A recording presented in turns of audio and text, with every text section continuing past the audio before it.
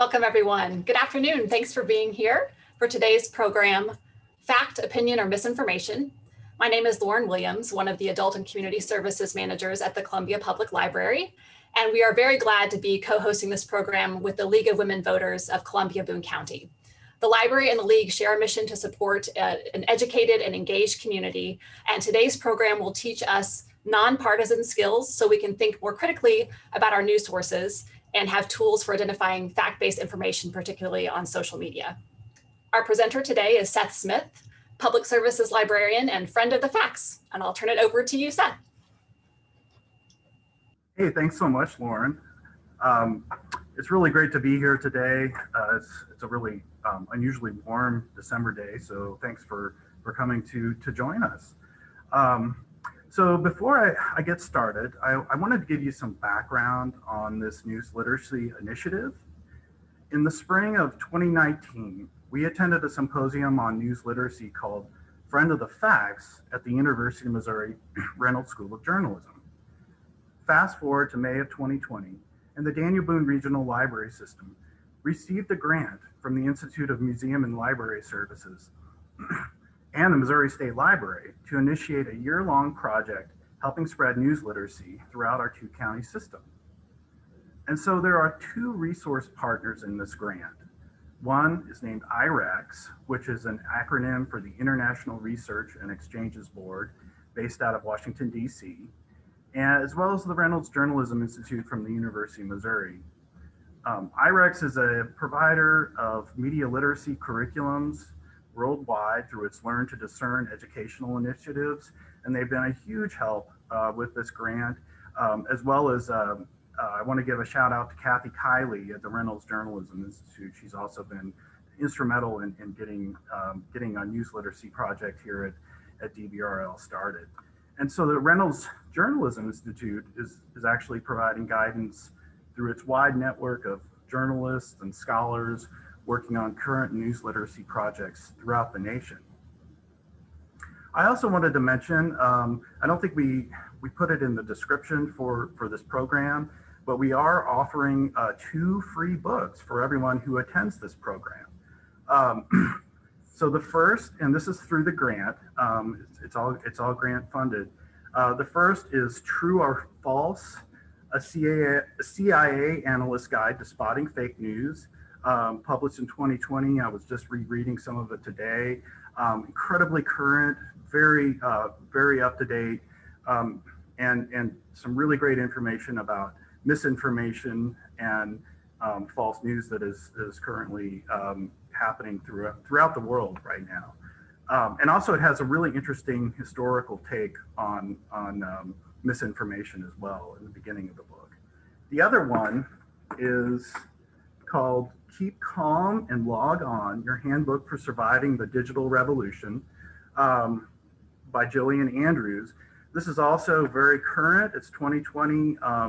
There's a lot of really good information in here about both news literacy, as well as some really great information about dealing with the digital world when we're all completely overwhelmed with it at times. And I know I can speak for myself.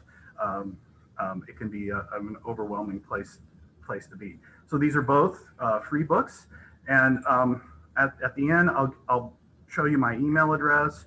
You can let me know by email if you'd like one of these copies, one copy for each participant, and you can tell me which one you would like as well. So we're pretty excited that we can offer this. So I also wanted to mention, and what we're trying to do, I think so many of us now get our news from social media, and I know I'm one of them. We aren't trying to tell you how or where to get your news in this presentation. We're trying to point to some of the pitfalls that using social media can present as your news source. We know it's here to stay, and it's a huge part of daily life, especially in the COVID era. What we're trying to do is empower you and give you the tools on how to process media and news information. And these tools are the following. So number one the ability to distinguish between news and reported facts and misinformation or incorrect information, and disinformation, which is information designed to mislead or create harm toward a person, group, or institution. Two, to have emotional resilience, to recognize when a headline or story is meant to be emotionally manipulative, and as well as feel confident in your skills to evaluate online articles and stories before you share them with others. And three, to use the tools and practices that make you better and more confident media consumers. So what I'm going to do is share a little presentation that describes some of these techniques. And you can always feel free to send a chat in during any of this presentation. I or myself or Lauren will answer your question. And so I'm going to go ahead and share my screen right now and get started on the presentation.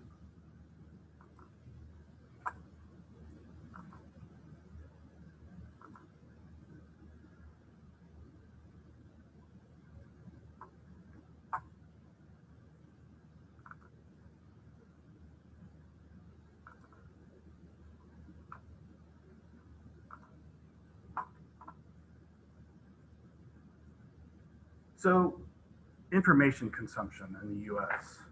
Kindergartens are exposed to 70 media messages every day.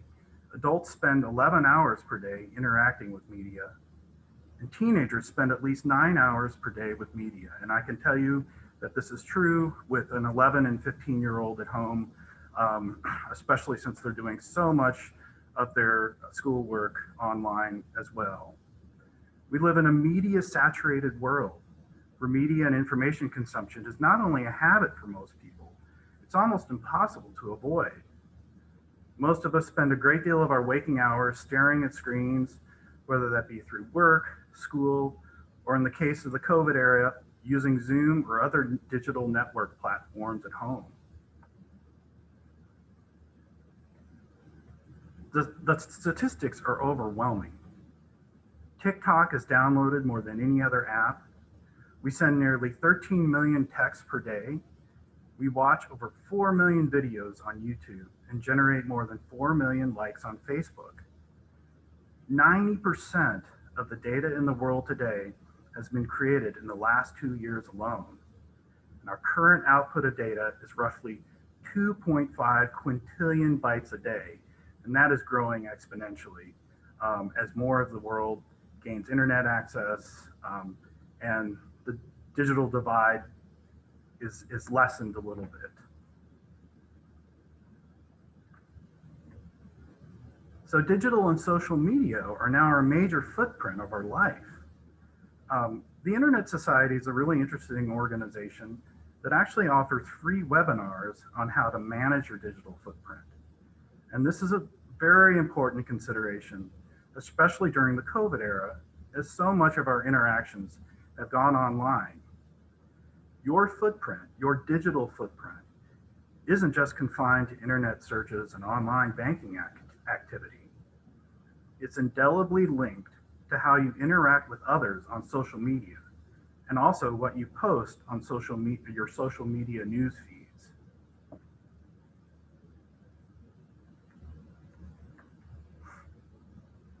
In this new statistic, 48% of adults under 30 now get their news via social media, according to the Pew Research Center study released in 2020.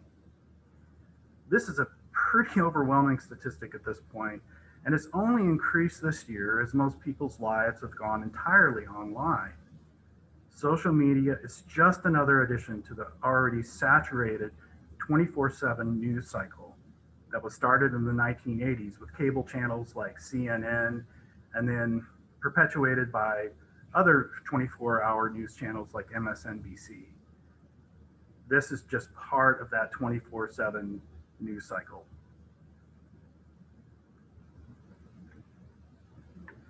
That doesn't mean that social media isn't a great way to communicate right now. I mean, you know, who doesn't want to see an awesome cat photo on Instagram during a pandemic? seriously, I use it. I use Instagram all the time. For me, YouTube is a very common way to get fast and quick news. My YouTube feed on my phone is basically set to an algorithm that shows me all kinds of really interesting news from Europe. We'll talk about algorithms a little bit later on, but it is a good way to communicate, especially during a pandemic where a lot of people are staying at home, don't have a lot of communication with relatives or family as it is. However, studies have shown that social media, a little bit too much social media, can also make you feel bad. It's shown that more than 1 out of 4 young US adults who spend about an hour per day on social media have higher indicators of depression.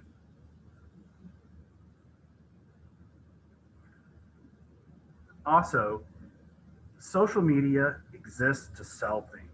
And I think if we realize that, we kind of understand a little bit better how some of these things work on our news feeds. Facebook, Twitter, they are monolithic capitalist ventures. And one of the reasons that Facebook has established algorithms is that they appeal not only to the bubble that one exists in, but they also target ads based on one's buying preferences and interests. So algorithms don't only curate and narrow the scope of what we see on social media, they do the same for just about everything we do online, whether that's Googling, other types of web searches, or even our cell phone news apps as well. What your online search turns up depends on your past search history, what you've clicked on, your overall digital habits. Search algorithms take into account all the digital exhaust that our online activities leave behind and present us with something that they predict we will want to see.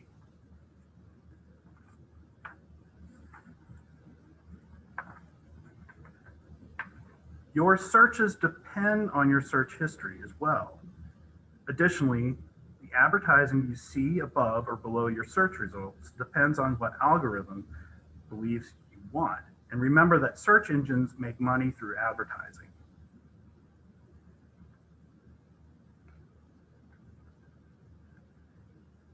And while reporting is generally confined to using statistics, valid information, and other resources, the media world is full of opinion pieces, propaganda, public relations, social advertising, as well as commercial advertising, which are all targeting a specific way we may feel about something. This has recently been amplified significantly in recent years through the use of social media platforms, where a combination of all these emotive ways of messaging are used. And so if you have a pen and paper or pencil and paper handy, it might be useful to reflect on some of these news sources, and also a couple of different things I wanted to mention. We often don't think about what kind of devices we get our information from daily, whether that be TV, radio, email, or smartphones. So think a little bit about where you get your information from. I know I'm one of those guilty parties who gets much of my news from my Android phone. In fact, I would say that 75% of the news comes through my Google News feed on my phone. Also, think about which channels, platforms you obtain these information. Like I said before, Google News is very quick and easy for me, as well as YouTube. But you might actually watch more cable news. I don't watch a lot of TV myself, but some people do. So it really depends on what your preferences are with that. And then think about how much time you actually spend on each of these things each day, on average. Add them up. For instance, how much time in total do you spend on television media? That's one of the interesting things that And I think Lauren actually had a little tidbit about something that an app that she was using. Is that correct? Sure. Yeah, I'm an Android phone user, and I know that Apple users have a similar tool. Mine's called Digital Wellbeing, and you can look and see how much time you've spent online, and it's sort of shocking. I just looked at it for today, and I've been at work since 8, but it's telling me that I have been on my phone for an hour and a half. So this morning before work, I checked Facebook, I checked Instagram, I checked the weather, I spent some time on email. So it can be really eye-opening to actually do, like you said, Seth, an accounting of how much time you're spending consuming media on what different devices or platforms. Yeah, I mean, I wanted to mention that one of the things that I really struggled with initially when I got a smartphone is understanding how much time I was actually using my phone for things other than calling or text messaging.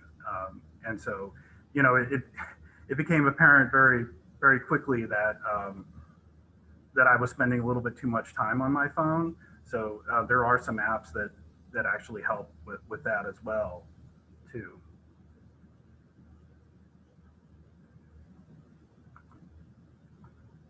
So I'm going to go ahead and show a little video that's going to talk a little bit more about using social media as your news source. This is from an IREX sponsored, it's called Very Verified Media Literacy Series. And I think it encapsulates a lot of things that we've been talking about as far as social media and a few of the pitfalls that are found there. So go ahead and start the video here in just a second.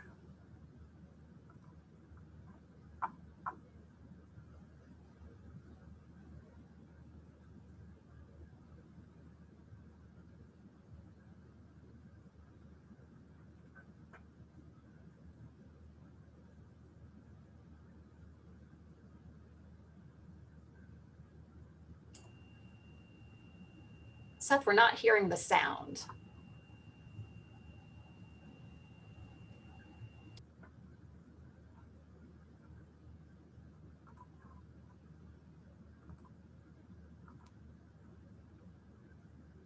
I think we're having a little technical issue here. Let me restart this. Sorry.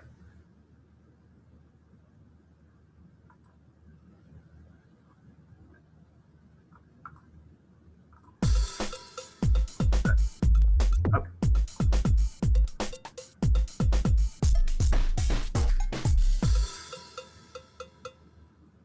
The 2018 Global Digital Report by We Are Social and Hootsuite shows that more than 4 billion people around the world use the internet.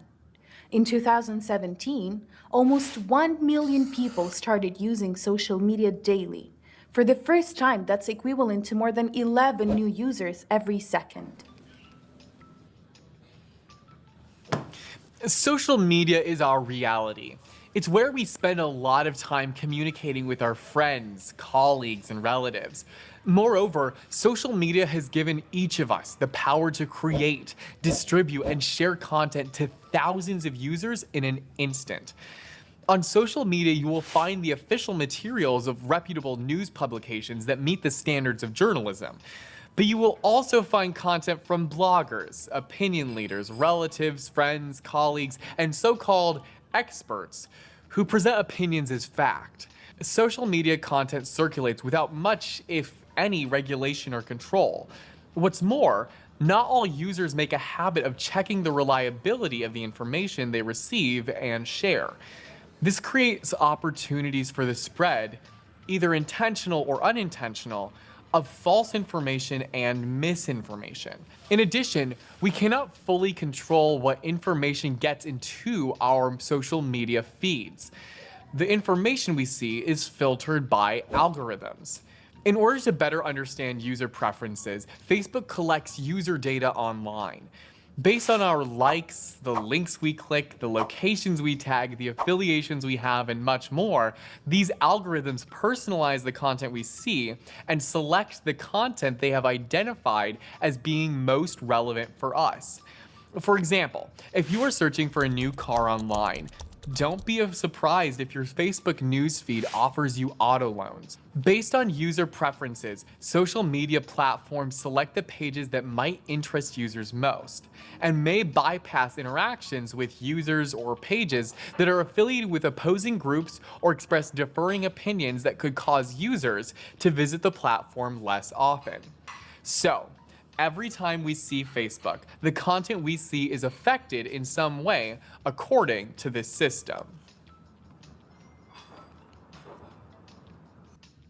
Prior to 2018, Facebook had been buying information about offline user behavior from major marketing and analytics companies such as Axiom, Epsilon, Experian, Oracle Data Cloud, TransUnion, and WPP. Most of these companies operate globally with offices in the Americas, Europe, and Asia. There is an ongoing controversy around these issues.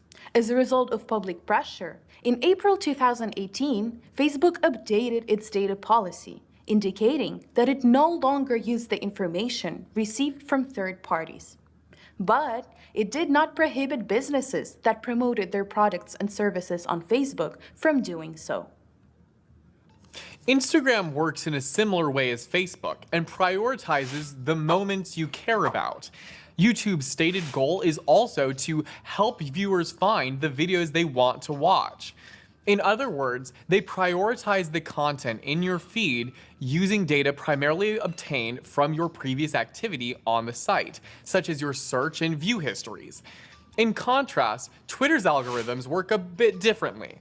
Twitter structures information displayed in its feeds in chronological order and uses algorithms to simply change the order of relevance of tweets. Here is more good news for you. You can disable these algorithms in your settings. In conclusion, when using social media as a news source, be on guard for opinions, manipulative content, and other forms of algorithm-driven misinformation. You may not always be in control of the information in your feeds, but you can recognize the means by which it got there and resist the urge to share it further without examination of its source and potential biases. In the end, it's up to you to decide how you interact with the information you see online. Distinguish facts from opinions and do not share unverified content. Care before you share.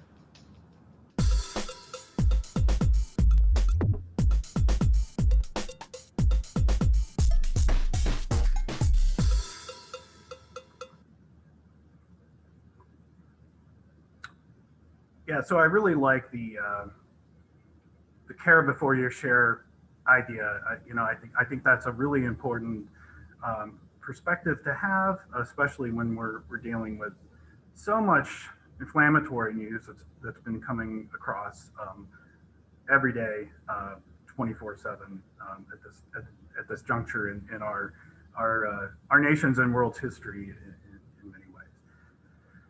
So now I'm going to talk a little bit about the toolbox that we're trying to offer with this presentation. How do you actually make decisions on what is valid, what to share? How do you check on the trustworthiness of particular news sources? So it's a tricky world for sure out there, and we want to help you give you some pointers on this. So, number one, consider the source. Click away from the story to investigate the site, its mission, and its contact information. So, interestingly, one of the most notorious satirical news sites is a site called the National Report, and the book, this first book that I showed, the True or False book by Cindy Otis, talks a little bit about some of the articles that have come across this satirical website, have caused a lot of damage, honestly. This one in particular was something that was claimed that solar panels drain the sun's energy, experts say. This is, of course, completely ludicrous, but it was shared 1,800 times on Facebook. And there are many, many comments at the bottom of this news article that actually say that that this is true. So one of the things that you need to do is follow the disclaimer or about pages. Figure out what they're trying to say. If it is satirical. In this disclaimer, it says it's a news and political satire web publication which may or may not use real names, often in semi-real and mostly fictitious ways. I was even struck by, it says here, if you are in need of professional help, please consult a professional. The thing is, though, they're trying to be funny here, but these websites have caused a lot of damage and a lot of confusion to people, and also there is the real fact that these people set these satirical websites up and get involved with Google AdSense, and it draws a tremendous amount of money because ads just pop up everywhere on these as well.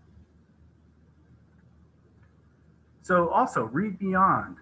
Headlines can be outrageous in an effort to get clicks. And so what's the whole story? So this is quite interesting. This is actually from a very valid news source, which is CNN. It says, Ebola in the air, a nightmare that could happen. Basically, this is not something that can happen. In fact, it would be it's almost impossible for this type of hemorrhagic fever, this type of virus to become airborne. However, it was a ploy to draw readers into the article, and basically you can see Google AdSense just popping up on the bottom right-hand side of the screen. So the more outrageous the headline is, the more clicks it's going to draw, and the more money these news agencies are going to make.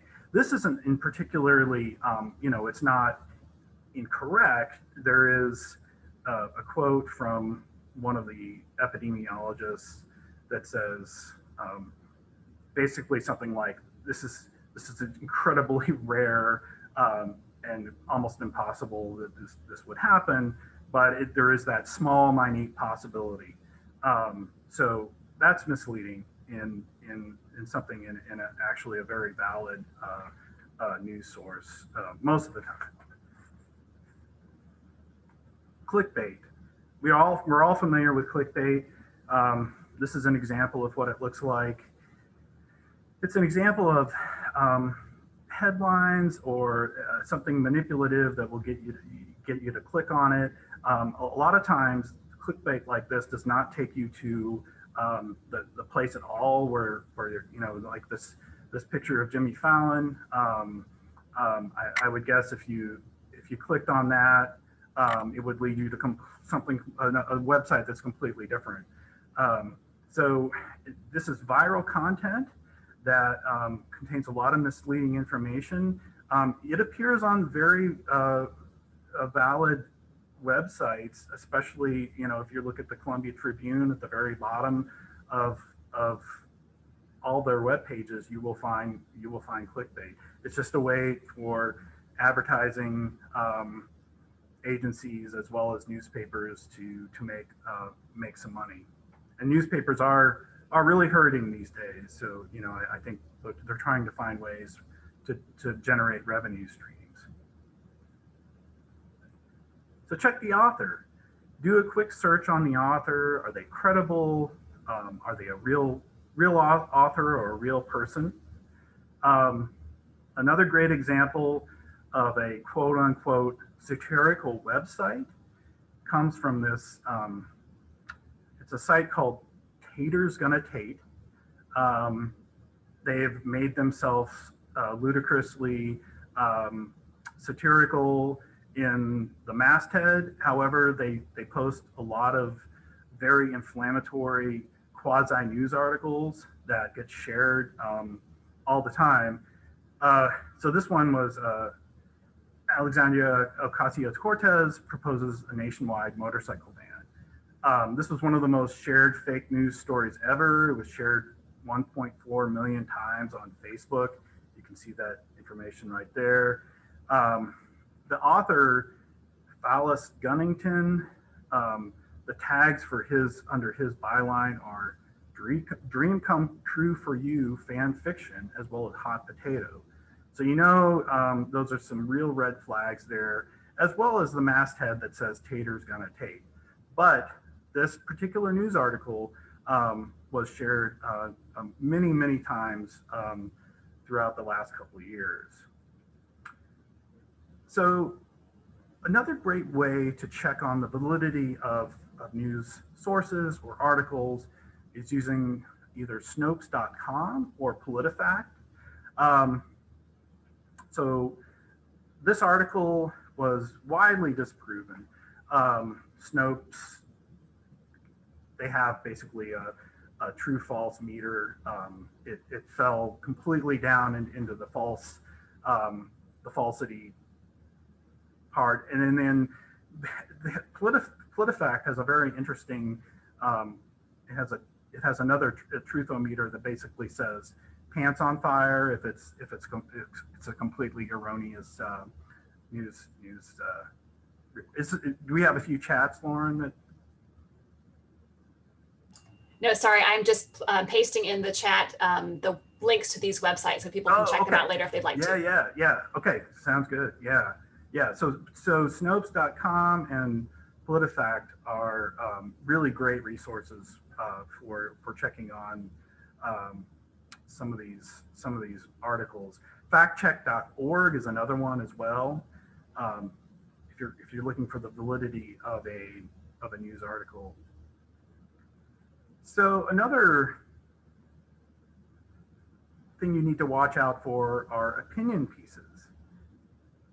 Opinion pieces are very biased, and usually any sort of web-based content or even a newspaper is going to clearly state that they are an opinion piece. However, a lot of people share opinion pieces as fact. I know I have been guilty of that on Facebook before myself. And so you can see this article, the Saudi regime murdered my fiance, can't be allowed to buy Newcastle United, is obviously an opinion piece. But because of the format of social media and the move toward more extreme clickbait headlines, some people might be sharing this as some kind of fact-based news story. This also, you want to, this article was flagged as 4 months old at the top of the article. So that's also something to be aware of. And we'll talk a little bit more about that.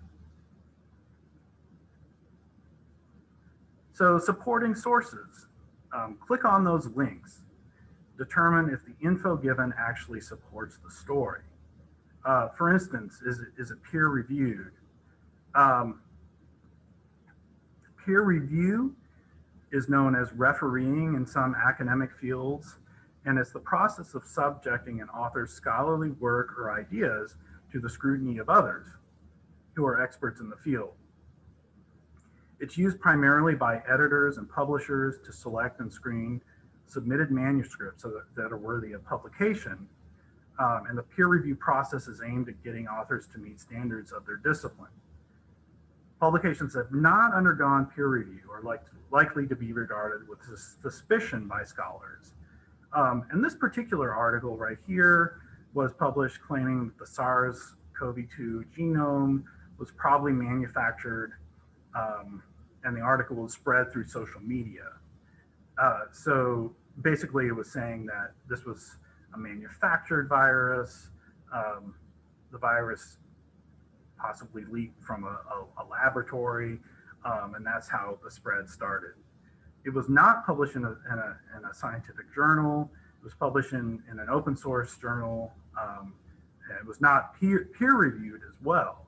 So so this particular article is not. If you click away and figure out what the source is, it's not a very valid scientific article. Check the date. Reposting old news stories doesn't mean they're relevant to current events. So this is an example of what the Guardian newspaper is trying to do. And it's a really good initiative. So old news articles, sometimes 5 or 10 years old, are often reshared on Facebook or Twitter as new news. So the Guardian is now flagging all on their online website, is flagging all articles that are, I think, older than 3 months with this yellow tag. A lot of people, and I've also fallen into this trap, reposting old news stories on Facebook or other social media is easy to do. You might find something that proves your point from 10 years ago, and it's sometimes it's misleading because the actual article doesn't really have a date on it, and that's something that's really prevalent in digital media now, and that wasn't as much of a problem with print media. Also, is it a joke? If it's too outlandish, it might be satire. Research the site and author to be sure.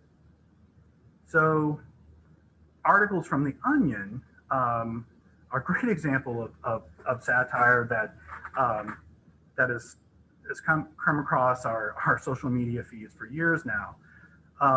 As many of you have realized, social media and satire, things have gotten fairly blended recently. A lot of things that seem like satire aren't satire. But this is a really great example of something that's obviously satire. SeaWorld does not keep their orcas in plastic bags while they clean the tanks like you would with goldfish. It's just absurd that someone posted this and said, this is why SeaWorld needs to go. This is something that happens, and it's especially prevalent with some of those other satirical sites that I showed before this, where the line is very blurred between actual news and satire. Yeah, so digital alteration has also completely changed the satire landscape. I mean, you can tell a little bit that the one on the right, the blurry one, is probably the one that's not legit, but these two covers, some satirical website actually came out saying that Time magazine had published a How to Survive the Coming Ice Age back in, I believe it was 1977. And this was kind of a ploy on disproving global warming, basically. But it was a manufactured, the one on the right was a manufactured cover. The one on the left was a real one, and it deals with the current global warming crisis that is happening right now. Also, so check your biases. Consider if your own beliefs could affect your judgment. So confirmation bias, it's a tendency of people have toward embracing information that supports their beliefs and rejecting information that contradicts them. One reason why users of all ages might believe fake news is the natural tendency to believe information that appeals to one's emotions or personal beliefs. So I know that I am just as easily convinced that something is true because I live in my own filter bubble, being the person that I am. And I think a lot of people kind of exist in their own bubble and aren't quite aware of it.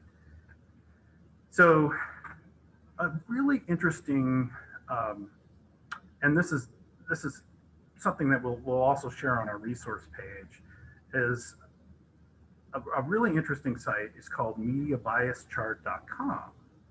It examines key English language publications throughout the world and rates them according to their political orientation, their interpretation of the news, whether it contains propaganda or misleading information, or whether the opinion is fair or persuasive. You can actually download a free PDF of this from their website. And like I said, we will include this on the resource page at the end, which I can also email to participants. Also, so the Reynolds Journalism Institute, which I talked about as one of the resource partners for this grant, they have a trusting journalism site, and it's actually really useful. This chart was published in July of 2017, so it's a little outdated, but if you go to the report itself, you're going to see a lot of really interesting information about how they gathered their data and the metrics they used to sort these different news agencies by least and most trusted. I think it's a really good example of good, solid research into media literacy. And so RJI is doing some really great stuff with this. So also ask the experts. Ask a librarian or consult a fact-checking site, like I talked about. Snopes.com is a great one. So, as librarians, we really feel like we are on the front lines of assisting patrons with news literacy education. We feel like we're on the front lines of upholding democracy in some ways, and helping people understand where they get, not only where they get their news and what's valid information out there, but supplying that news to people and making sure that they get what they need. All of our staff have now been trained in basic news literacy training, and this is through the grant. So a wide variety of people have taken a couple of modules dealing with news literacy training. And one of the things that we also want to mention is that we're not alone in this. The Reynolds Journalism Institute and the University of Missouri School of Journalism is very involved in media literacy. They're trying to reach out to extension officers throughout the state to work with this initiative. And there's just a lot of really cool stuff going on. Finally, I want to mention the Columbia Public Schools. When I went to the Friends of the Facts training, I was introduced to a wonderful teacher at Battle High School, I believe, who's introduced something called iCivics to the curriculum. And this is basically, it's training for high school students in dealing with how to handle their social media feed, how news literacy actually works. So kudos to her on that as well. So we're here to help, and that's something I really want to stress about librarians and other educators. Seth, here's a question that we can use our librarian skills on. Someone's asked, Steve asked, can we comment on the term the mainstream media? Who does that term refer to? Yeah, it's interesting. I think that in some ways that depends on your filter bubble. I think I want to refer back to the research that the Reynolds Journalism Institute did, as well as the media bias chart. There are particular news organizations that are more trusted than others, and a lot of people see as being more neutral. A great example is the magazine The Economist. They are known as being very centrist, neutral on a lot of different perspectives. But I think that term is thrown around a lot as a pejorative term. But I think there's still some good some really good media outlets are out there that do present news in an unbiased way. I think traditionally, I think that's right on. Like you said, the definition is shifted and it does get used as a pejorative. I think traditionally it meant just more traditional sources of news and like the large media outlets that kind of everybody paid attention to. So, NBC and ABC and some of those channels, I think people think of as the more mainstream media versus alternative presses or alternative news sources that may have a very particular point of view. Yeah, exactly. And that the media bias chart is a fascinating look at where these fall on kind of the Venn diagram of biased and unbiased. So it's well worth a look. So I want to talk a little bit about we use the poster from something called International Association of Library Associations and Institutions.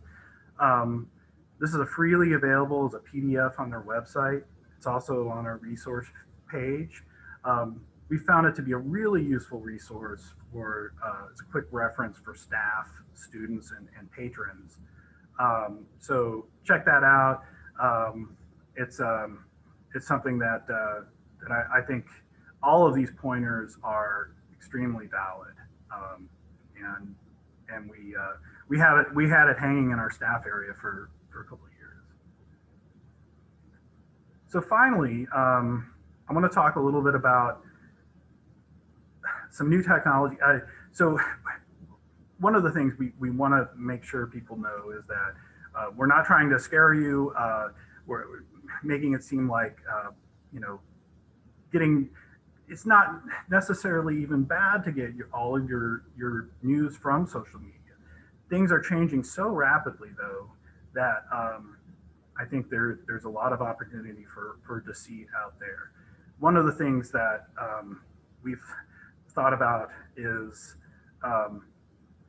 the prevalence of CGI. And can you believe everything you see? So the future of news and media will actually be a little bit further complicated by technology like this. And I'm going to show this fascinating little video here.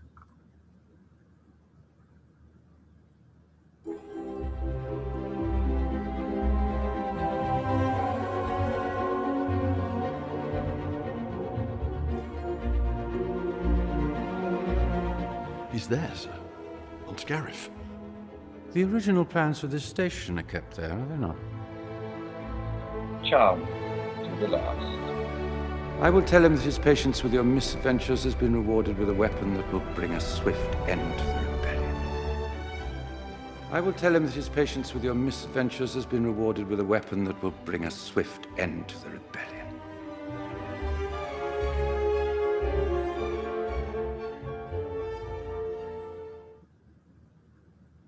Yeah, so this is some of you might know the backstory behind this. The Star Wars franchise brought back the great British actor Peter Cushing into the fray in Rogue One using CGI. The digital replica I found hauntingly similar to the original actor. In fact, there was almost no way, he was almost indiscernible from the real Peter Cushing in the original Star Wars. So, there's technology out there that is powerful, and there are also satire sites that are very misleading. And I think there's what we're trying to do with this initiative is give you the tools and the toolbox to be able to read between the lines and be able to parse some of this confusing information that's out there.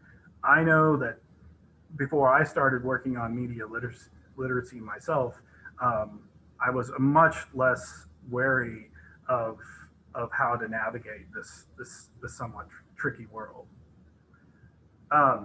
So one of the things I want to do is show you the select resource page. like I said, we'd be glad to send these to you. I do want to mention that there is a survey at the end of the presentation. If you want to put we'll get your email from that. You can also indicate which one of these books you would like in the survey. I also have an email. Oh yeah, and again, plugs for these two books. We're really excited to be able to offer both Keep Calm and Log On and True or False. And we think that these are a great component to this presentation. They're just released this year, so we'd love to send you a copy. Yeah, so thanks for attending. My email is up here, and if you want to email me, I can send you one of these books. Also, like I said, there's a survey at the end of the presentation. You can indicate on there if you'd like a book as well. So I think they're great books, and I want to turn it over. We have about 5 minutes left. If anybody has any more questions, we'd be glad to take them. We have a comment from Kathy. She says, you've used the terms obviously and obvious, but I believe it's not obvious at all to far too many people on Facebook, for instance, that what's posted is opinion, not fact.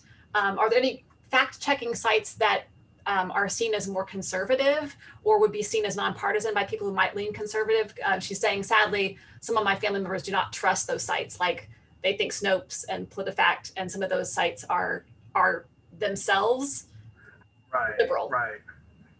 Yeah, it's interesting. There's been a recent push toward politicizing the fact-checking sites themselves by some conservative groups, especially. It's not they are especially factcheck.org and anything that's coming from the Poynter Institute tend to are completely nonpartisan.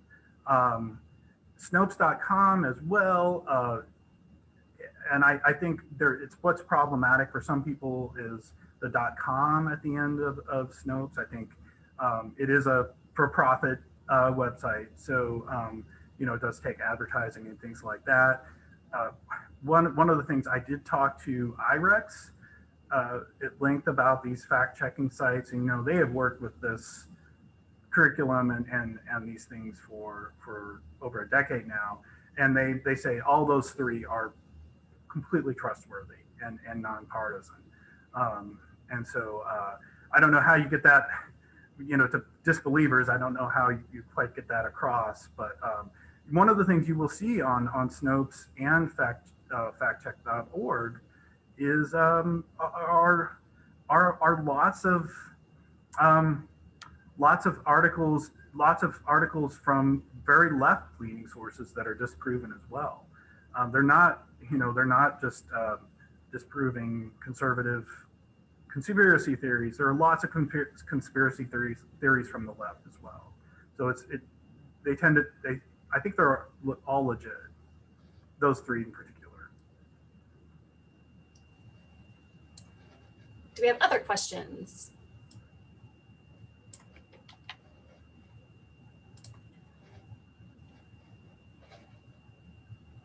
All right, well, I'm going to put in the chat. Again, I want to thank Seth for presenting this today. Very eye-opening. That resources page, perhaps that poster that just has the tools, lists the tools, that's from a resource that may be seen as neutral, that you could share that with folks who might be skeptical. And finally, we have a small team of librarians who have been trained in this information, and we would love to talk to your church groups, talk to your civic organizations. If you're doing online meetings or having online guest speakers, we can do a version of this presentation for you at any of those events. So, please reach out to Seth and let him know, and we can get those things scheduled. We can come to you virtually. Again, this has been wonderful. Thank you for joining us and have a Thanks, great day. everybody.